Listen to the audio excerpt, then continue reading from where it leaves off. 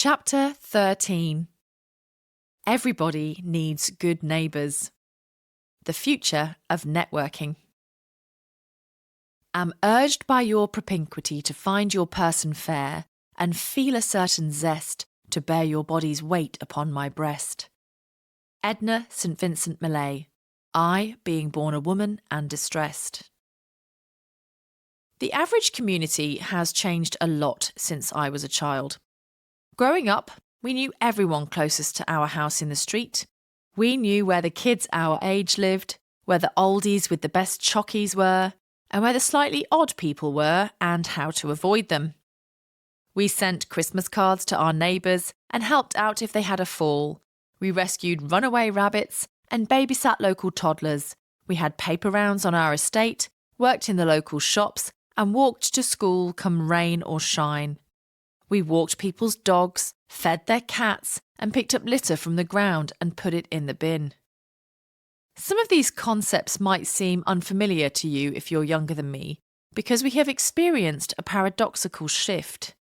We are now more connected to those we know and strangers on the internet than ever before, but many of us under 50 are not likely to know who our physical neighbours are.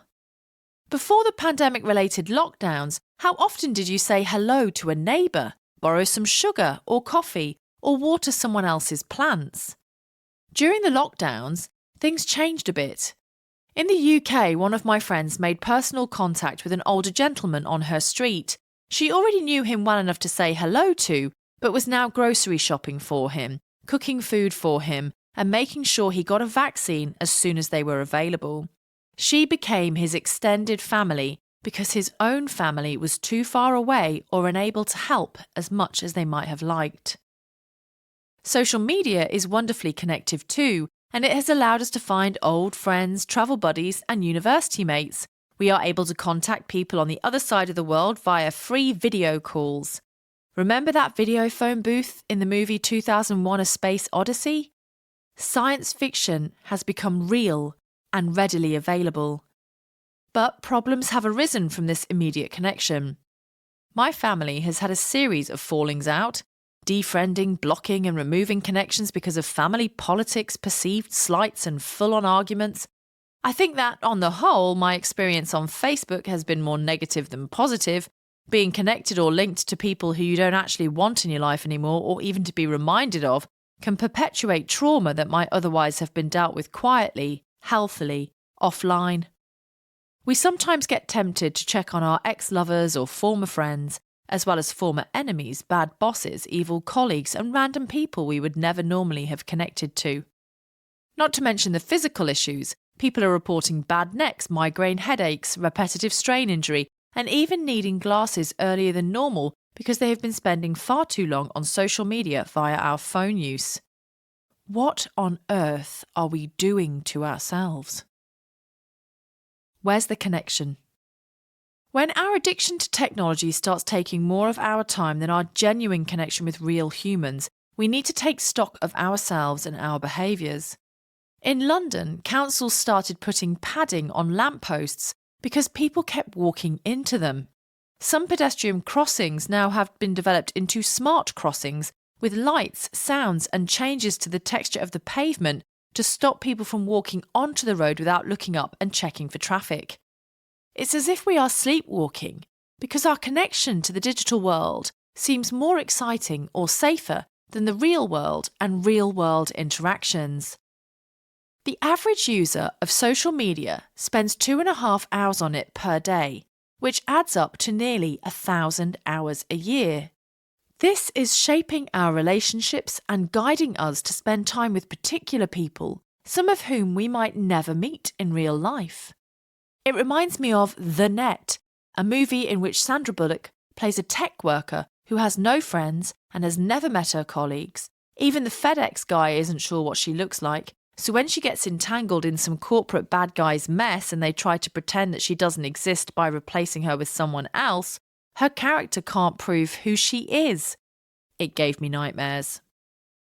Theoretical structural chemist Auguste Kekule was struggling some 150 years ago with how the benzene ring formed and what shape it was.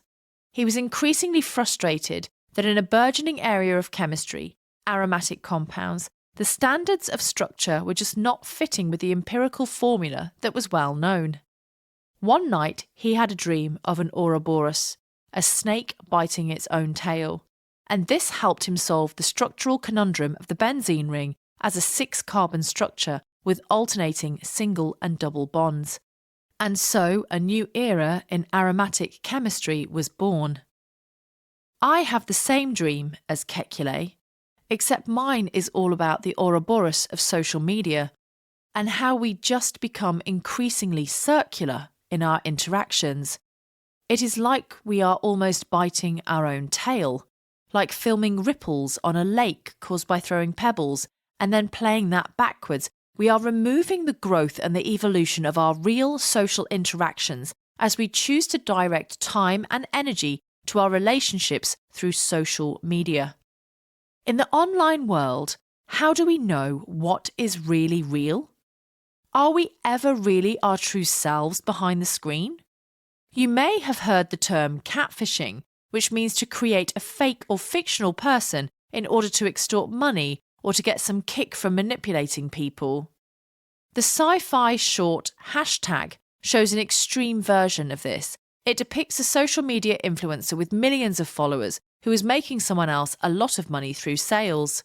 People thought she had the perfect life, but in reality she was living in a box made by her own mind. Eventually, someone broke her out, and more than any kind of desire to live a real life, she was petrified about losing her fame. On social networks, aren't we all just catfishing? Could it be said that no one is genuine on the internet, and therefore we are living separate lives with online personalities that don't reflect reality?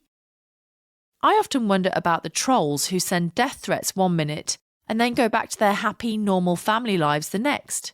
It feels like social media is allowing us to have multiple personas and is normalising this split in behaviours. Some people would go so far as to say that social media is fueling a new world order and is, in fact, an incredibly dangerous thing. I think we are at a turning point now and we need to decide what we want. Breaking up social media monopolies would allow some oxygen back in the room in terms of competition and laws around data sharing. The idea of spending 1,000 hours a year, some 41 days, on creating social platform profitability for billionaires seems like a sick waste of human effort. Imagine what you could do with 41 solid days. That's like having another 5 months' worth of weekends a year. I wrote the first draft manuscript for this book in 20 days. When we focus, we can get a lot done. There's also the question of equity. This digital part of our lives is not equally accessible to everyone, and so there is a risk we are creating and supporting some kind of new class divide.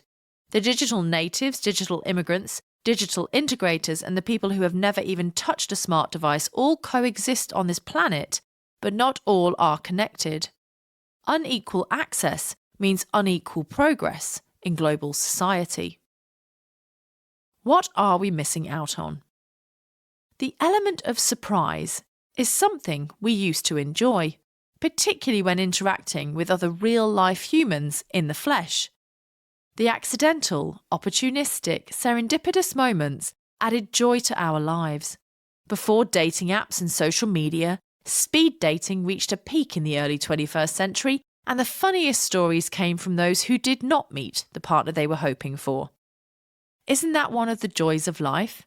To have experiences that are not tailored, calculated or curated directly for our consumption, but rather allow us to have a laugh at life and ourselves? What are our lives like if we always see what we want to see and we never see anything outside of that? Our boundaries are unknown places, and if we stop pushing them, our journey is done in so many ways. Who knows who you're going to meet at a random coffee shop in a cute village and where that meeting will take you? My mother bought me a book for my birthday years ago now, and little did I realise that it was my first ever William Gibson, Idoru. It was the first futurist cyberpunk book I read, and thank you, Mum, because I can remember it now. This book was first published in 1996, and Gibson really was a great future thinker because it refers to things we have in our lives right now and that are coming soon. The crux of the story is that someone wants to marry an AI VR pop star who is neither human nor in corporeal form. There is an attempt to humanise this AI-based celebrity, which has a personality construct that evolves with each human interaction it can get, and also changes shape and form depending on what her fans want to see. The idea that humans can be attracted to AI-based personas has come up a lot in recent years, from the movie Her, to Blade Runner 2049, to Ex Machina, and Steven Spielberg's AI artificial intelligence. However, we are actually doing ourselves no favours humanising AI or robots. There is a risk in assuming that AI can actually gain EQ, emotional intelligence. AI is not actually particularly proficient at reading the subtle cues of human feelings and emotions. While many mental health first aid apps, such as Woebot, a robot you tell your woes to, might seem to display empathy, really they are programmed to behave in a certain way. Sophia the humanoid robot was activated on Valentine's Day 2016. She was designed to imitate human facial expressions and gestures and is able to answer certain questions and participate in simple conversations on predefined topics, such as the weather. I sat on a panel a few years ago with a pre-programmed Sophia, who we weren't allowed to talk directly to because she wasn't actually running on a chatbot basis, just a pre-recorded one. I have to say I was a bit disappointed really. I was hoping I'd get to interact with a machine learning superstar, not just a robotic-looking puppet. Sophia's creator, Hanson Robotics, have now launched Grace, a humanoid female nurse robot who will work alongside doctors to give direct patient care. Grace has a number of sensors that collect patient information, including thermal cameras to measure pulse and temperature. Grace will ultimately be a support robot in aged care, an area that needs more people but seemingly has less investment than needed. Will robots become our friends and supporters when no one else is there? How will that compare to real human support? Will some people substitute their obligations and delegate their responsibilities when it comes to healthcare and aged care by hiring or buying a robot companion and nurse for their ailing relative? There are positives here for people who don't have family to assist them or whose relationships have broken down as they do, and for people who are social distancing during times of pandemic management or when there is a lack of staff due to recruiting or pay issues. However, we need to build checks and balances into the systems in order to protect the vulnerable, because I don't think we have the social okay yet for something like AI or a robot being able to switch off life support or assist with euthanasia. During a pandemic is a clever time to develop healthcare robotics and automation, that's for sure. Hanson Robotics is planning to start mass producing and selling the Sophia and the Grace robots in the next few years. Want one? I think our aged care sector needs a few. Professional social networking. I found it interesting to see the resurgence of in-person events and conferences in the post-pandemic landscape. Our choice and diversity of human interaction and community curation were taken away by COVID, and it seems that whenever we can get together at an event now, we are all the happier for it. Perhaps we have actually reached our tolerance level for purely online interactions. We want to meet new people, have accidental networking opportunities, make new connections over work and professional conversations, and sit and have coffee with real people. There is something to be said for the non-verbal cues and information that are part of how we communicate as human beings too. These small but significant movements can tell you more about people and how they are feeling than the words coming out of their mouths. When we take time to meet existing online connections in the flesh, make new acquaintances and find mutual friends, new and potentially interesting opportunities can come with it. The more we build social networks, the more we realise we need in real life, human-to-human conversations, not just digital ones. I think we have all search engine screened potentially new employees or even first dates before we have met them in real life, And perhaps that is just a digital version of the old ways of gossip. We all just hope that the search engine algorithms show us in a good light. People have been known to get fired or not even get hired in the first place because of something posted on a social media page or website. Interestingly, defamation law is now catching up, and recently in Australia, a judgment was made that any news corporations sharing comments from social media that may be defamatory are just as responsible for that defamation as the people posting it and the platforms sharing it. As I have been known to say, your network is your net worth in terms of career and relationship management and even business or entrepreneurial success. But our networks also inform and shape us. Many studies show we are the products of our communities. We are the sum of the 5 people we spend the most time with. But what happens if one of those 5 people is an old school friend from a different life who we don't interact with? It's just that she posts a lot on social media. I don't think we can carry the old social psychology into the new world. We need to consider tech blinkers, making sure we don't get overloaded or taken off task by weapons of mass distraction. Filtering, blocking, muting. These are all good tools. Use them early and use them frequently. Get back in the driver's seat. Ultimately, you are in control of everything you do and every action that you take. Legally, morally, neurobiologically, you are the master of your fate. You are the captain of your soul. Life can get complex. People are complex. Relationships are complex. And how we interact with and use technology has gotten very complex, very fast since the start of the 21st century. In the movie The Matrix, the AI states that it recreated the immersive world as the late 1990s because it was the pinnacle of human civilization. But I don't necessarily agree. These times between big, obvious swinging changes can be described as liminal or transitory, but they are also foundational. Review your life and your relationship with social media. What would happen if you didn't use your devices for a week? How about if you gave yourself just an hour a day on social media, timed, intentional, powerful and active, rather than passive warbling and doom scrolling?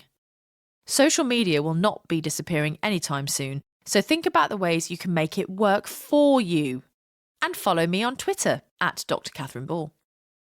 Someone once said to me, send texts or make social media posts as though they could be printed out and posted around your neighbourhood or read out in court. Never post other people's personal details. Avoid posting images and information about others without their consent. And when it comes to the algorithms, never, ever tell them your darkest secrets.